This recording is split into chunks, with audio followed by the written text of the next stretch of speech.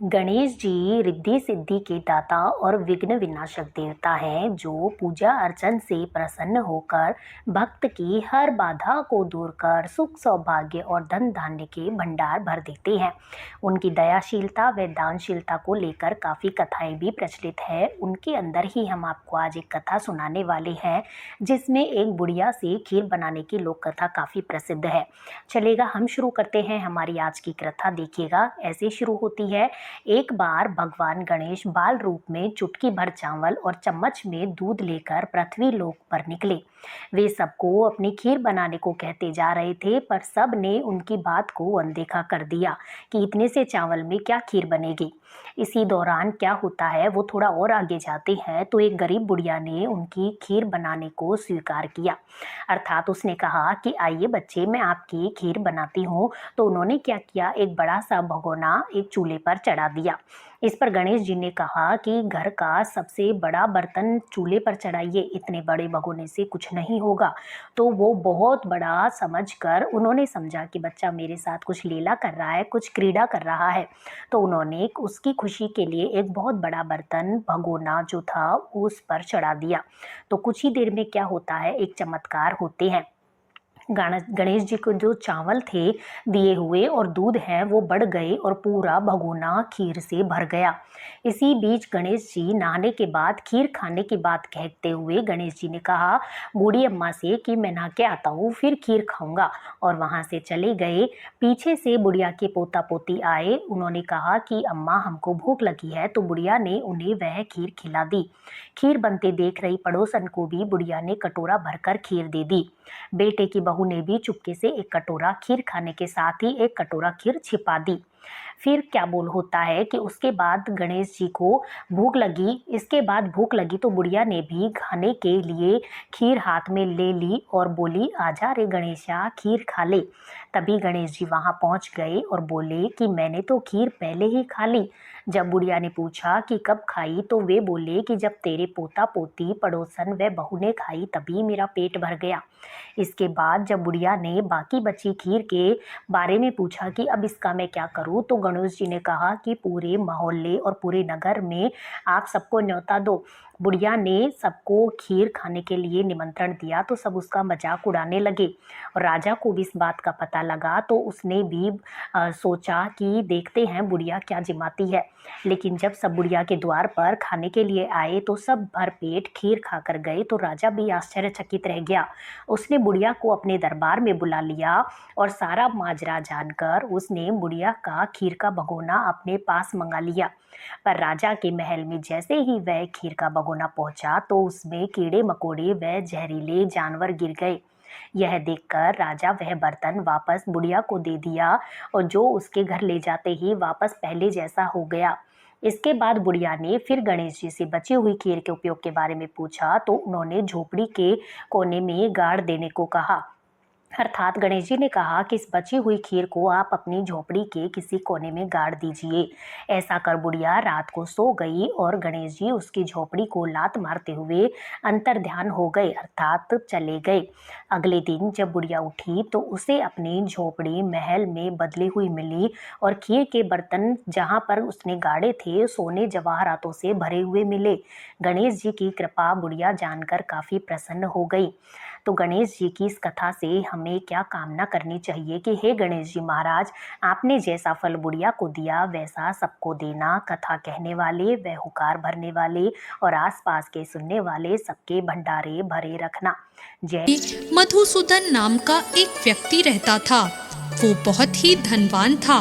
मधुसूदन का विवाह बलरामपुर नगर की सुंदर लड़की संगीता से हुआ था। एक बार मधुसूदन अपनी पत्नी संगीता को लेने बुधवार के दिन बलरामपुर गया। मधुसूदन ने अपनी पत्नी के माता पिता से कहा कि बेटी को विदा कर दो। माता पिता ने कहा, बेटा आज बुधवार है, बुधवार को किसी भी कार्य के लिए यात्रा नहीं करते। लेकिन मधुसूदन नहीं माना। उसने ऐसी शुभ अशुभ बातों को ना मानने की बात कही और फिर उसने अपनी पत्नी को लेकर बैलगाड़ी से यात्रा प्रारंभ कर दी। 2 कोस की यात्रा करने के बाद उसकी गाड़ी का एक पहिया टूट गया और वहां से दोनों ने पैदल ही यात्रा को शुरू किया। रास्ते में संगीता को प्यास लगी। मधुसूदन उसे एक पेड़ के नीचे बैठाकर जल लेने चला गया। थोड़ी देर बाद जब मधुसूदन कहीं से जल लेकर वापस आया तो वो बहुत हैरान हो गया, क्योंकि उसकी पत्नी के पास उसकी ही शक्ल सूरत का एक दूसरा व्यक्ति बैठा था। संगीता भी मधुसूदन को देखकर हैरान रह गई और वह दोनों में कोई अंतर नहीं कर पाई। मधुसूदन ने उस व्यक्ति से कहा, तुम कौन हो और मेरी पत्नी के पास क्यों बैठे हो? मधुसूदन की बात सुनकर उस व्यक्ति ने कहा, अरे भाई, ये मेरी पत्नी संगीता है। मैं अपनी पत्नी को ससुराल से विदा करके लाया हूँ।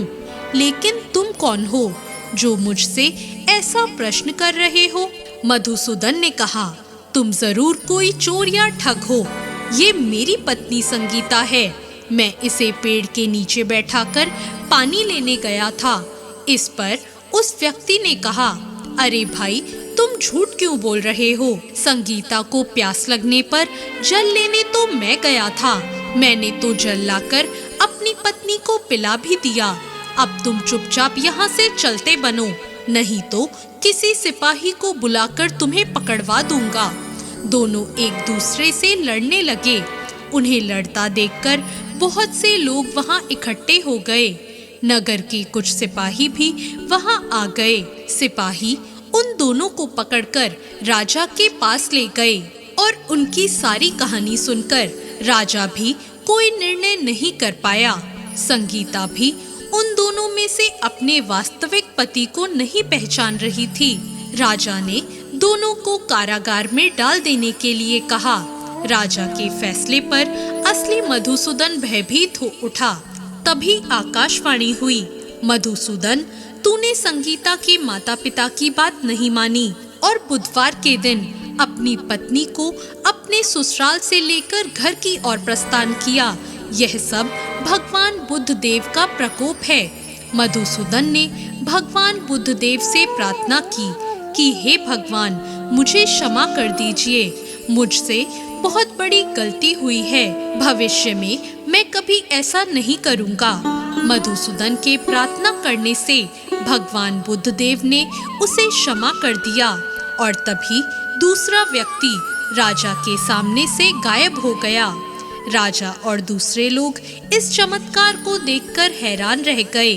भगवान बुद्ध देव की इस अनुकंपा से राजा ने मधुसूदन और उसकी पत्नी को सम्मान पूर्वक विदा किया। दोनों समतापुर की ओर चल दिए।